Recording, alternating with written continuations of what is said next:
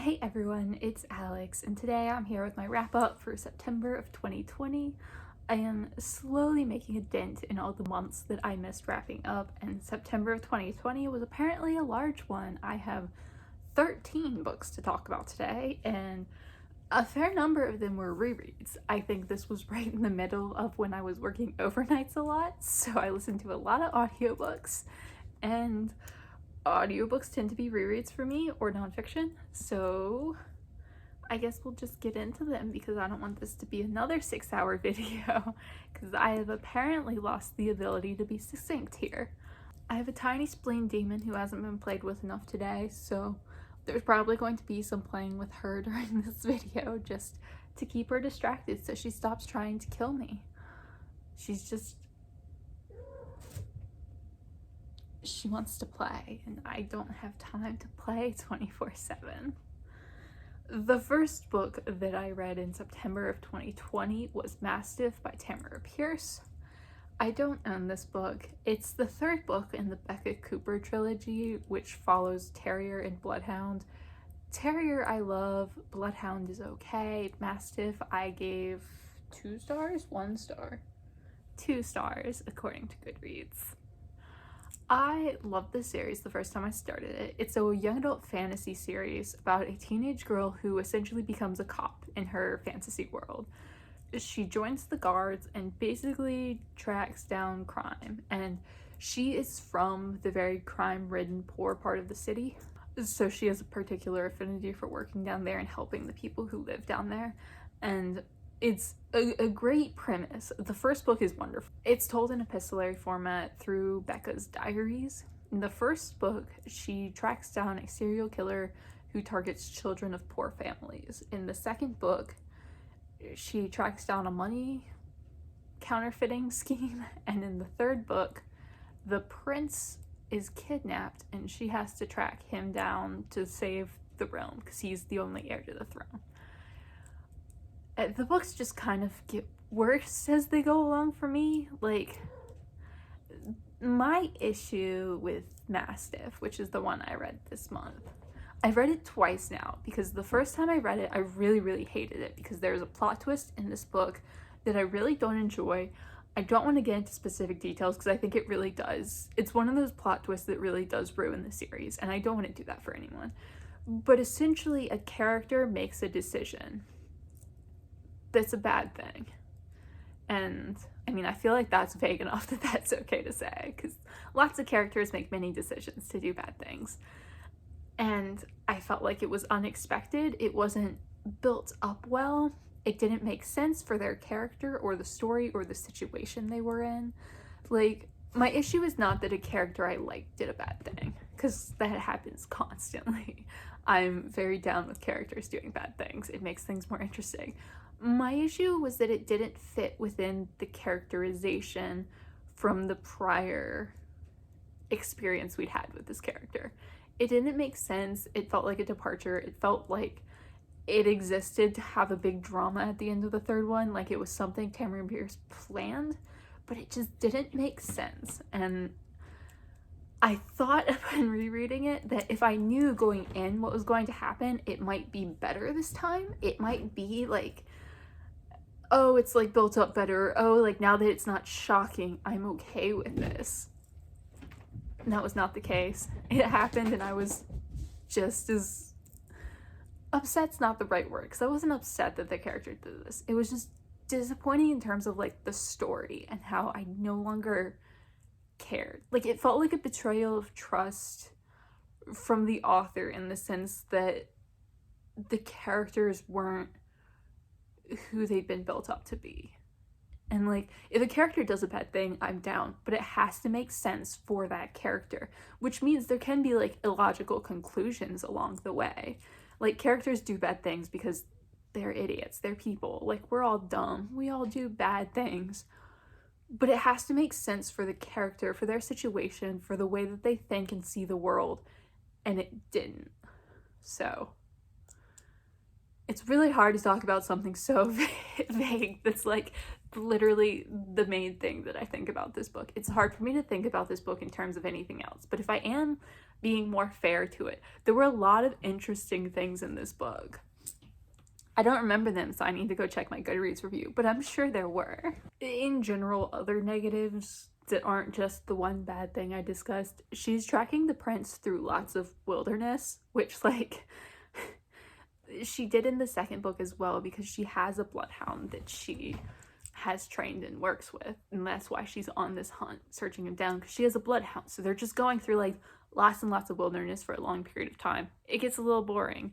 And also just like the romance in this, I liked her romantic lead and I liked the romance, but I felt like it was rushed. And she also had a fiance in this book who had never been mentioned. He died. This is not a spoiler. Like, Bloodhound leaves off and then Mastiff happens like a couple years later. By this point, she's had a fiance. The fiance has died and she's dealing with like grief from that. And it was really weird that this character who had never been introduced was suddenly so important. And the final thing, what was the final negative I had? Oh, the diary format I don't think worked as well. I think one of the struggles with the diary format is that a character has to keep it up regularly. And because of some of the events that unfolded in this book, Becca wasn't able to keep up her diary for a long portion of time. So the diary aspects were like her writing the events from the future and being like, well, this is what happened on this day. And because of that perspective, it wasn't bad, but it was a little bit rough for me. But because the prince had been kidnapped, there was a lot of discussion on slavery and specifically child slavery in this world, which I found really, really interesting. I think it was really nuanced and I liked reading it. But this book was just so overshadowed by like the one bad thing that regardless of anything else that happened, that's like all I can think about for this book. And it really did ruin my experience. The second book I read was Scoot Over Skinny by Donna, Jarrell, and Sukrungruang. I apparently gave this 3 stars according to Goodreads. I didn't remember that. I've talked about this book a couple of times on my channel, so if you follow me, and you followed me like a year and a half ago, you probably remember me ranting about this and ranting about it in my recent unhaul. Based on my memory, I thought I'd given this like 1 star, but I do remember my logic of giving it 3 stars now.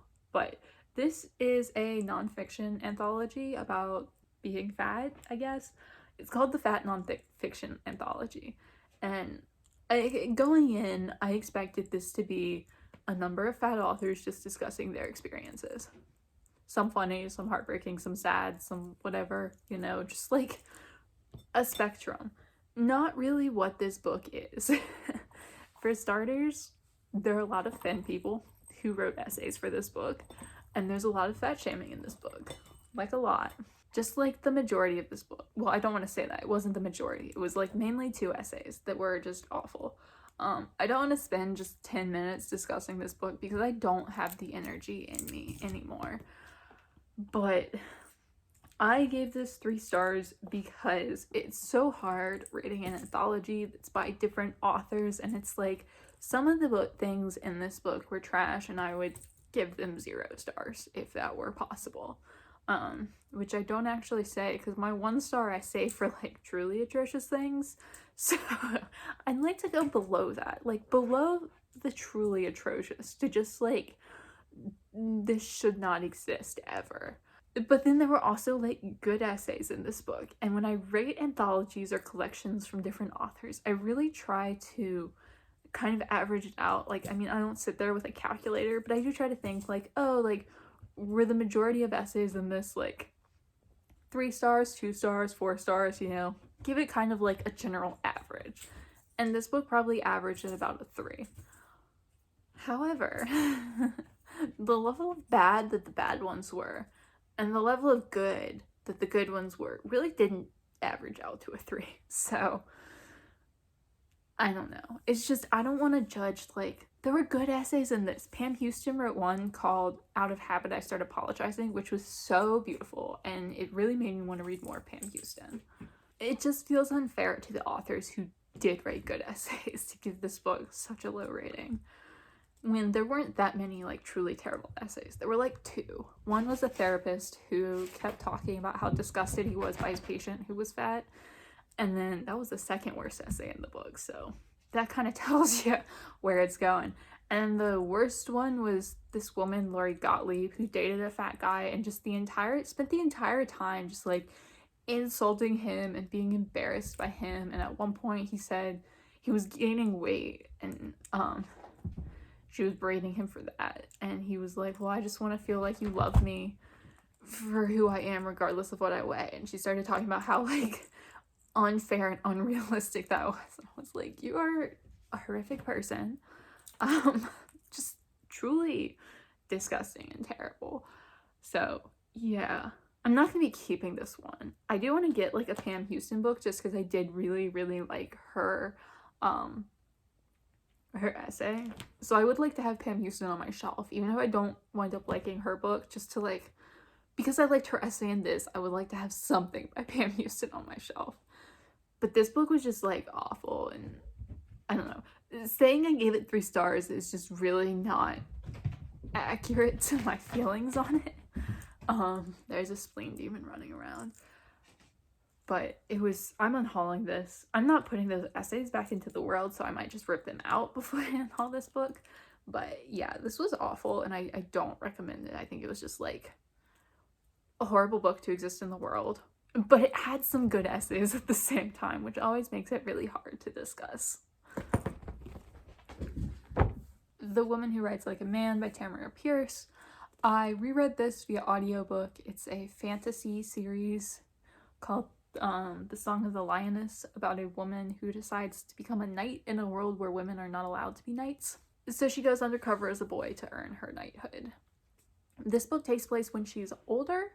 I gave it 5 stars. This is one of my childhood favorites, and just one of those books that's so tinged with nostalgia that like I can't even discuss it properly. I listened to the audiobook version of this, so I'm going to talk mostly about that, which is really not much.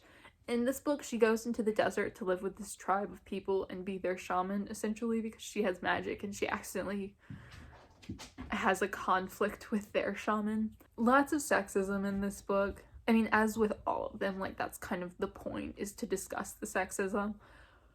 Really enjoyed it, but this one does have some issues just in terms of like, she's a white woman going into this not subjugated, that's not the right word, but this tribe is part of the realm that's ruled by a white king who conquered the southern tribes. So lots of issues there that Tamora Pierce doesn't deal with very well.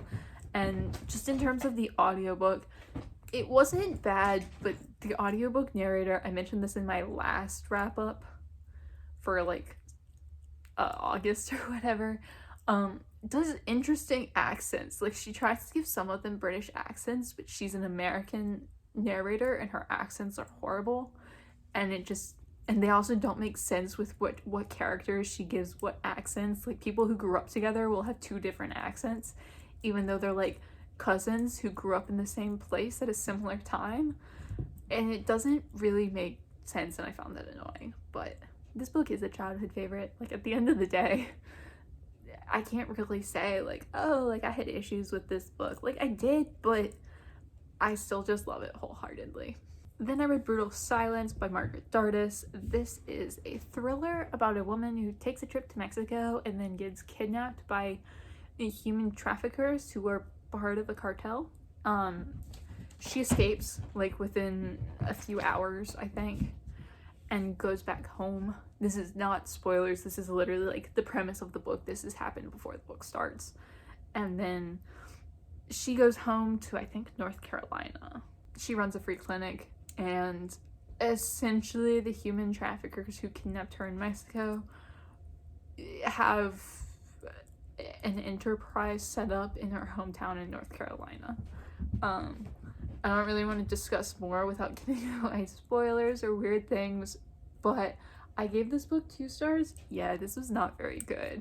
I hated the writing style. I've never read something with so much dialogue, just like pages and pages and pages of dialogue with no dialogue tags or any descriptions as to what the characters would be doing. Like one example I can give of how annoying it was to me was that characters would be having a conversation and then they would get a phone call and start talking on the phone in the middle of the conversation, but because there were no descriptions or dialogue tags, I didn't actually realize that they were talking on the phone instead of to the other person in the room, like, because it didn't make sense. I wouldn't always know when someone new joined the conversation because, again, the lack of dialogue tags, the lack of descriptions of what was going on outside of the dialogue was so annoying to me.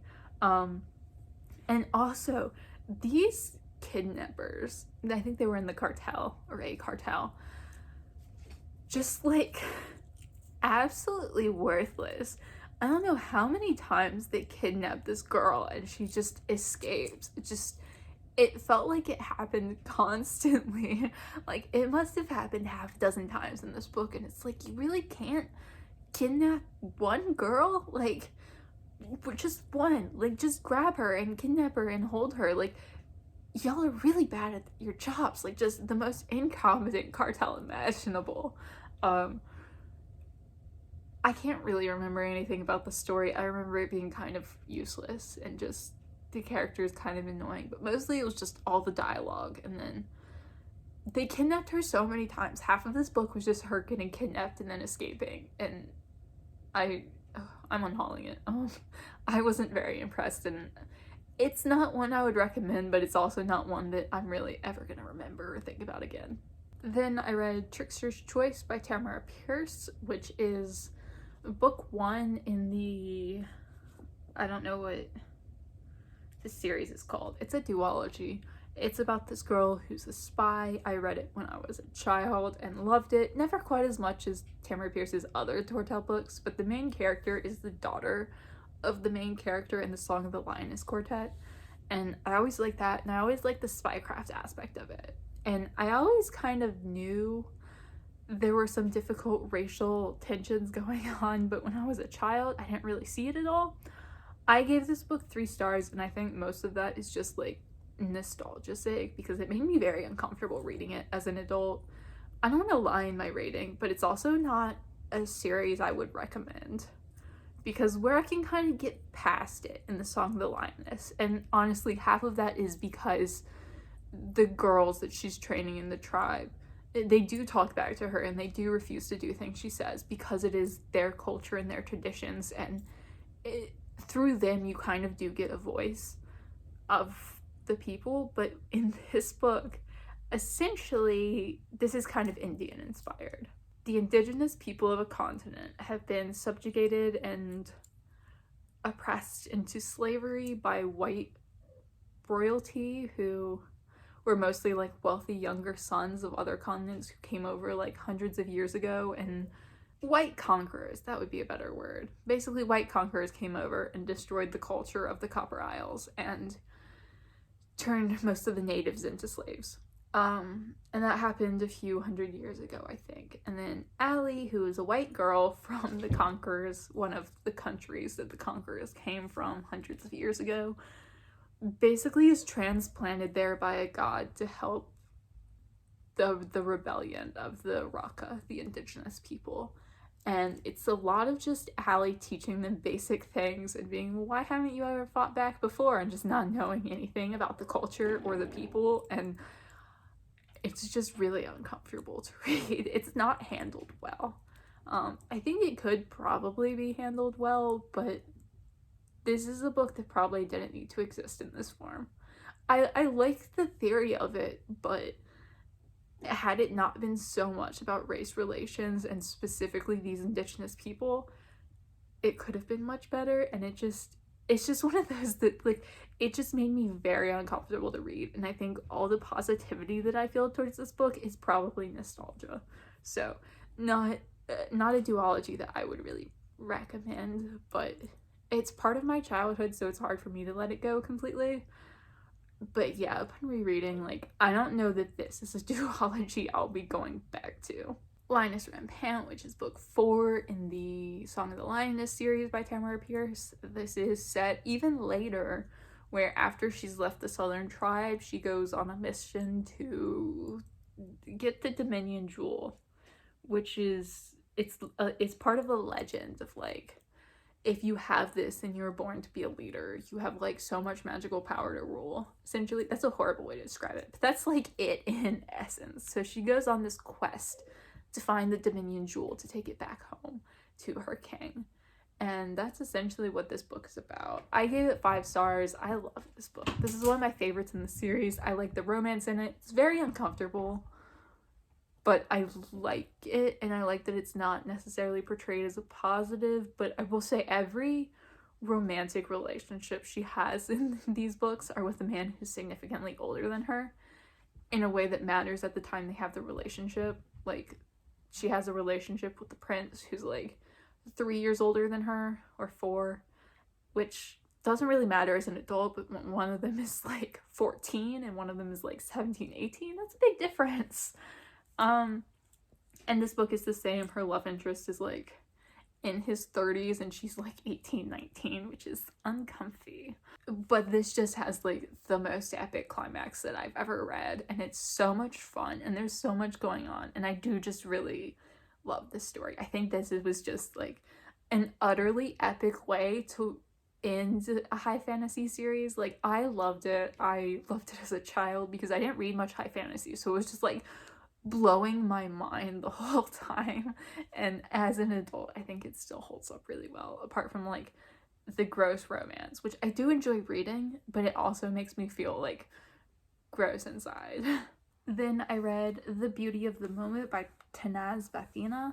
This is about an Indian girl from Saudi Arabia who moves to Canada with her mother in order to start a new life there and have more opportunities for her. And it's a lot about her father being absent. He still lives in Saudi Arabia, and she wants to be an artist, but her parents both plan for her to go into like medicine or engineering or something like that. And then she meets a cute boy who's kind of like the bad boy. His mother died years ago, and ever since then he's had like a reputation for getting into trouble and not doing anything in school and kind of like half flunking out and skipping a lot. And they meet and kind of have like, they're into each other. I gave this 3 stars. I don't know exactly what my problem is with this book because I don't remember it super well. Again, this was like a long time ago. It might have just been partially that I was burned out on YA, but I felt like so much of this book just fell flat for me. Like, describing it, it sounds like there are things to like. I like family drama. I like when teenagers don't live up to their family's expectations and when they meet new people who are different from them and kind of branch out their interests. I like the art aspect, or I should have in theory. I liked the idea of the art aspect of this book, but everything about it, like the romance was just a little bit too cutesy for me, like in a way that this book felt so realistic when reading it, and then the romance itself was like a little bit too cutesy in a way that didn't fit with the rest of the book. But mostly I was just kind of bored by it. Like, it took me 2 months to read, which is probably also part of the reason I didn't like it so much, but it took me 2 months to read because I wasn't very interested in it, which I tend to read like short little contemporary books like this in 1 or 2 sittings. I don't like to spend a lot of time on them, and I just couldn't get into this one. Couldn't really get into the characters of the story, and I really wanted to. I do plan to read more of this author because I looked her up, and one of her earlier books actually sounds really interesting to me, so I might try to read that one and maybe enjoy that one more. I'd say give this book a go if it sounds interesting to you, because I don't really have much to say negative on it. It just sort of fell flat for me, so it's kind of hard for me to sit here and like talk about it when I don't super remember the specifics. But even at the time that I read it, I didn't hate it, I just didn't really connect with it super well. Then I read The Opposite of Innocent by Sonya.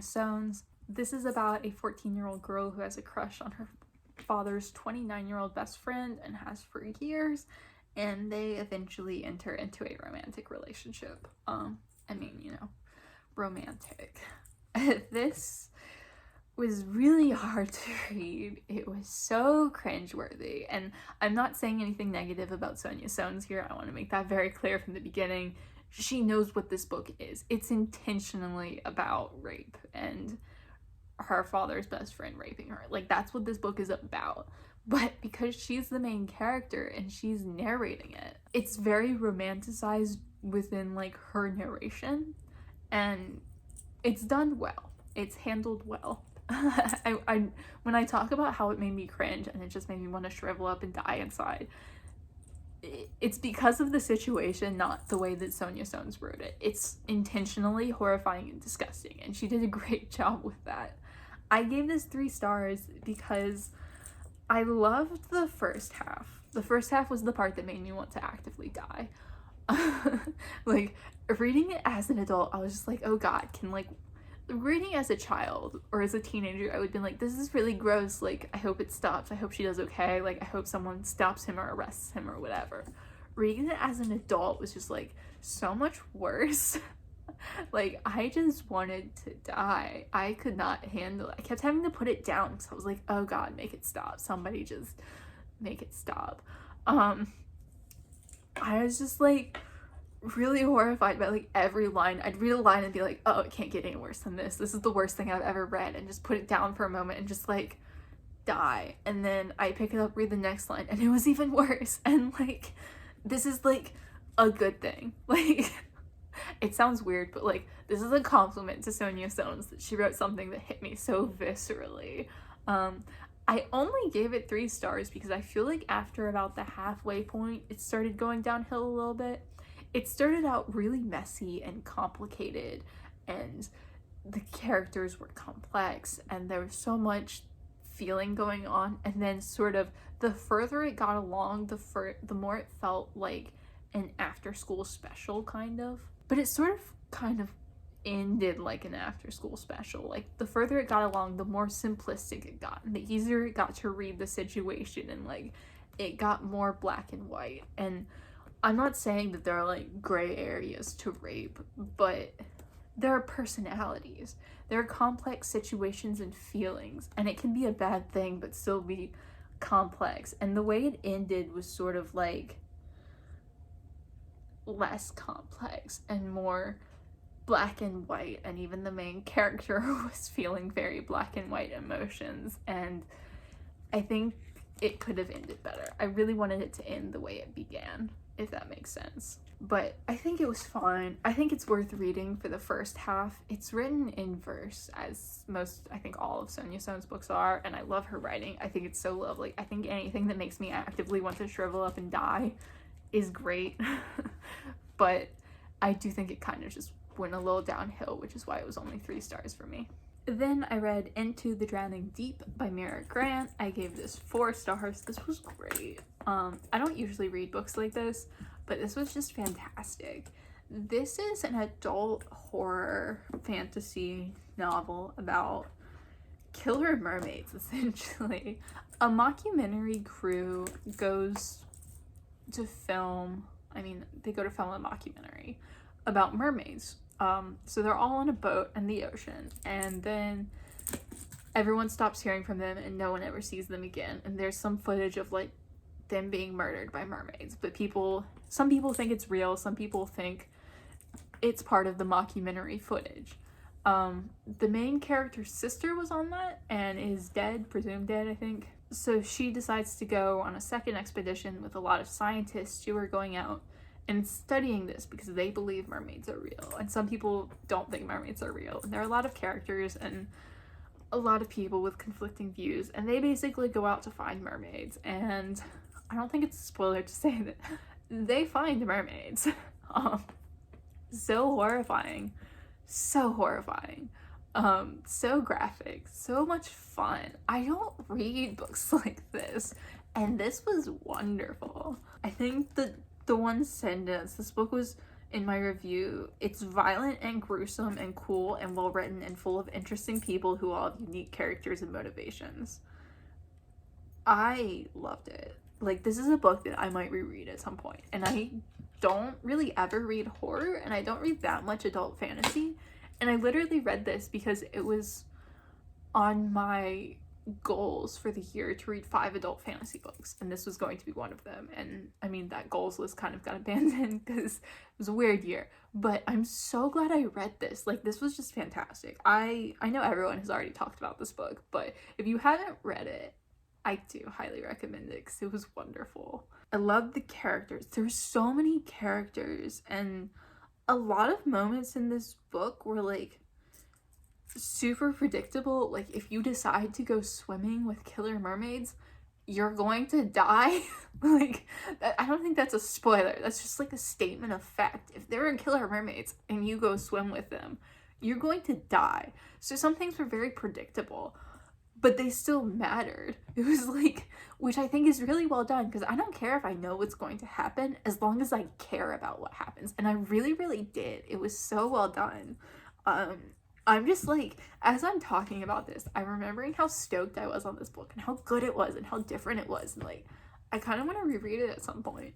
Like, maybe not now, but like soon.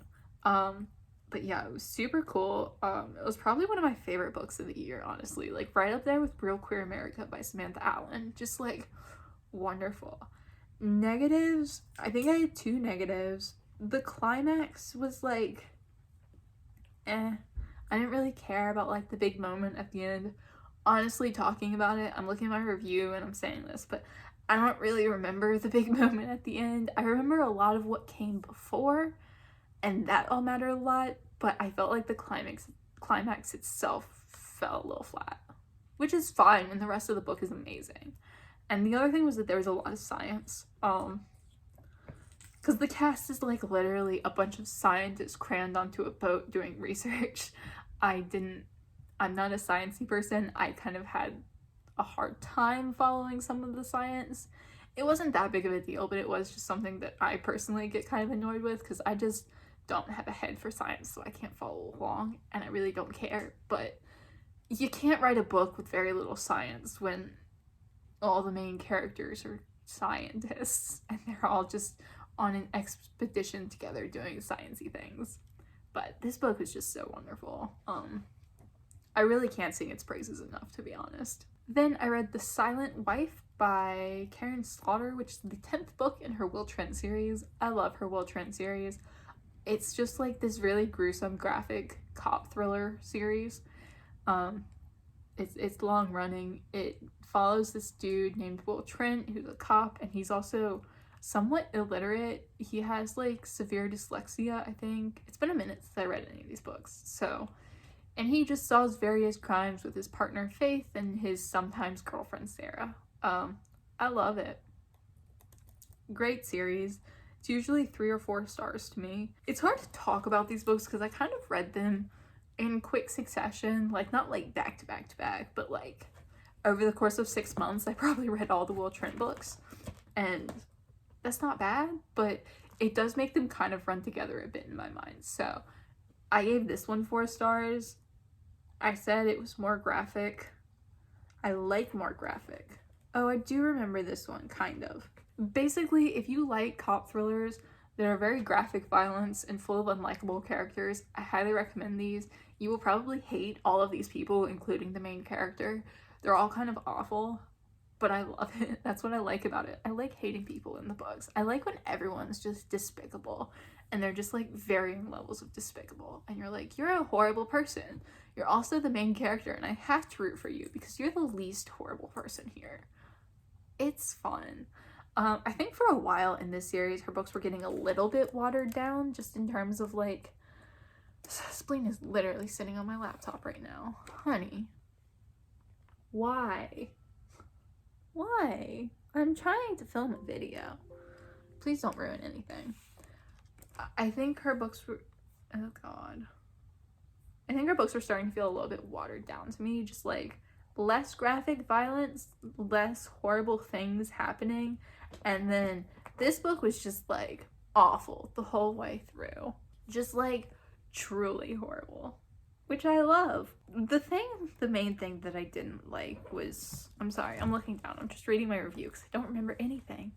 The main thing I didn't like was the romantic drama between Will and Sarah. Because they pretty much get together in like book 4 or 5 or something.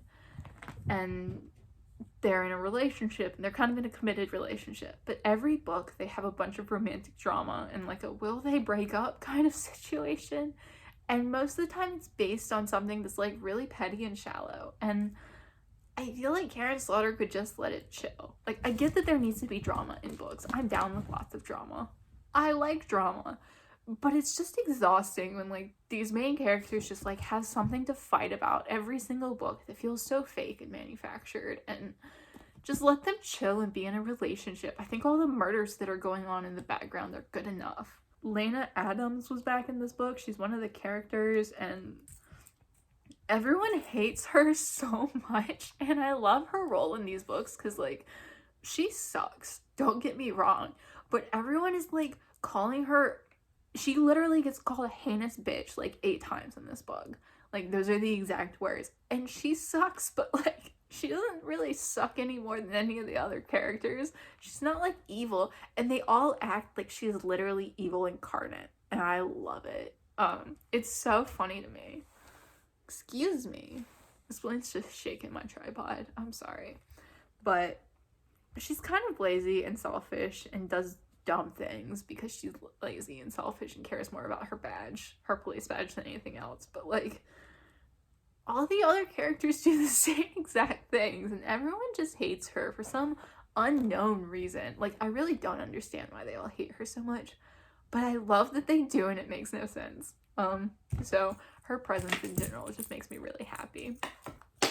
And yeah, this was a fun book. I don't really remember many specifics, but it was quite fun. And then I read Saving Red by Sonya Sones. This is about a homeless girl.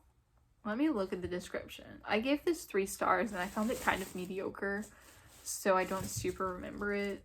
A 14-year-old volunteers to participate in a homeless count for community service, and then she meets a homeless girl named Red who's a couple years older than her, and Molly wants to reunite her with her family in time for Christmas. Thoughts on this one? I like Sonya Sones in general, but I didn't care about anyone in this book. I didn't care about any of the characters. I didn't connect with any of the characters. It also did, like, the annoying thing where the main character is talking about a secret they have for, like, the entirety of the book, and they just constantly keep referring to the secret they're not going to tell you. And, like, I don't care if secrets are kept from the reader, but stop rubbing my nose in the fact that there's something I don't know that I should know. It was also, like, really obvious what had happened. But it was just annoying because every time Molly would be like, oh, this thing that happened, and I'm not ready to talk about it yet, but it was important, it was significant in my life, it's why I'm doing this. And I was like, shut up. Like, I don't care. It's like, just tell me the story. Like, when you're ready to give the reader this information, like, give it to me, but don't rub my face in the fact that there's something I don't know yet. I always find that really annoying and frustrating in a book. I didn't write a long review for it because I didn't have many thoughts on this one. I wouldn't recommend it.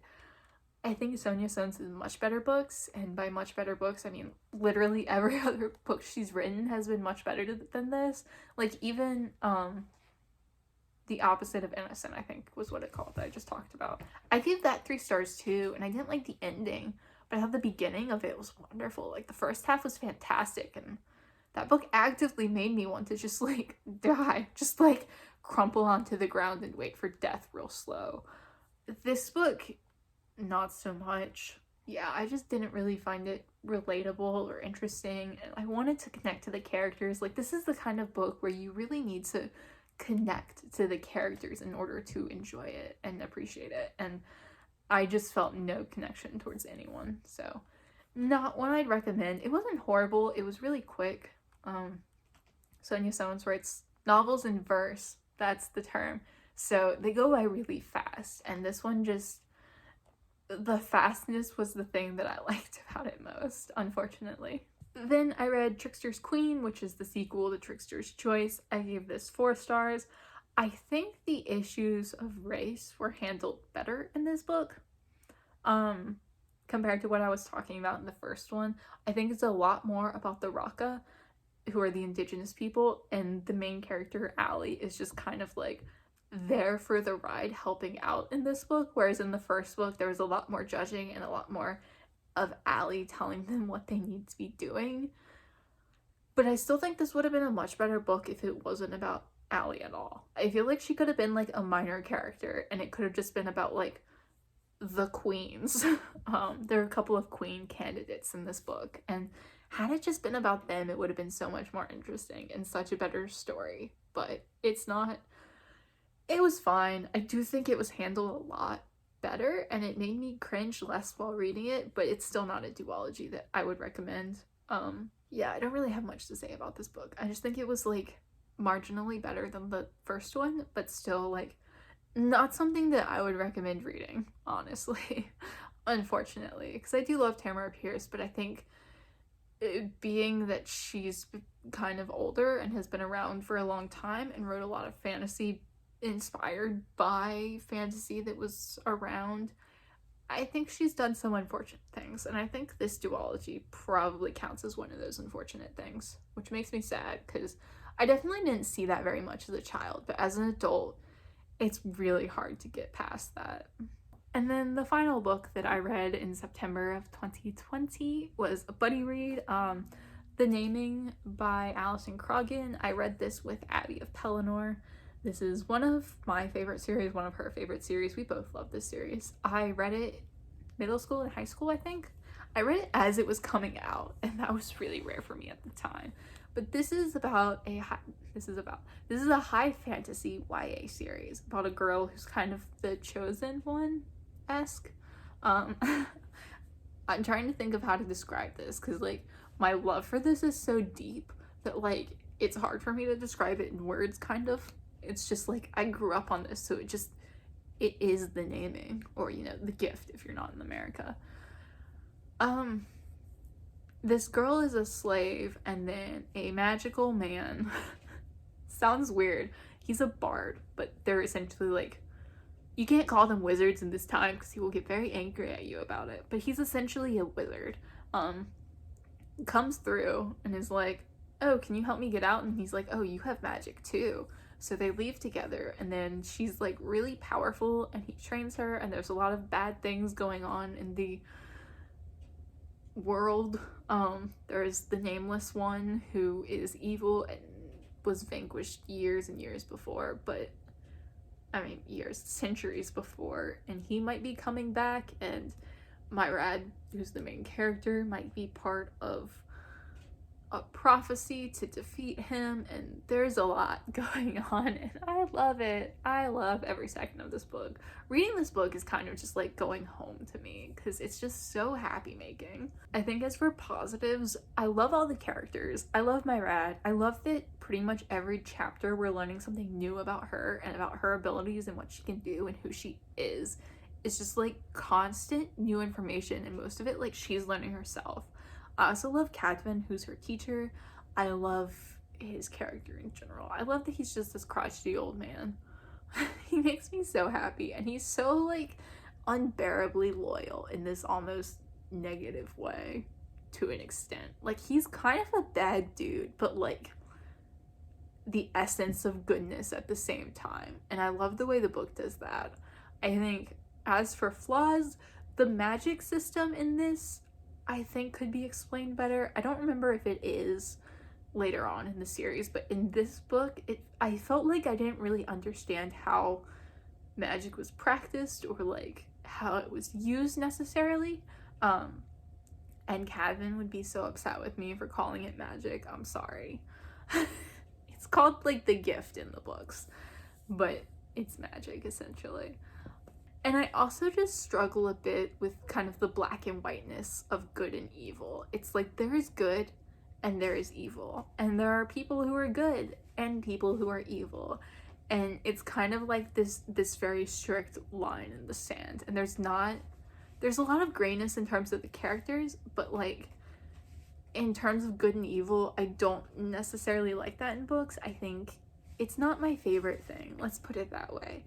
And I think this series definitely gets away from that more as it goes along, but I'm just not a huge fan in general of like the good versus evil kind of discussion, and there's a whole lot in this first book, but it's so lovely. It's 5 stars for me. It's one of my favorites. The whole series is just really wonderful and so happy making, and I don't know, every time I talk about this book or pick it up, I'm like, I should just reread this whole series, but they're kind of thick and that would take me a long time. So I will settle for just recommending that everyone pick this up if you like YA fantasy, if you like the chosen one trope, if you like, I don't know, anything. This book is happy making and I recommend it. Let me know down below if you've read any of these books and what you thought of them if you have. And as always, thank you so much for watching, and I will see y'all again soon.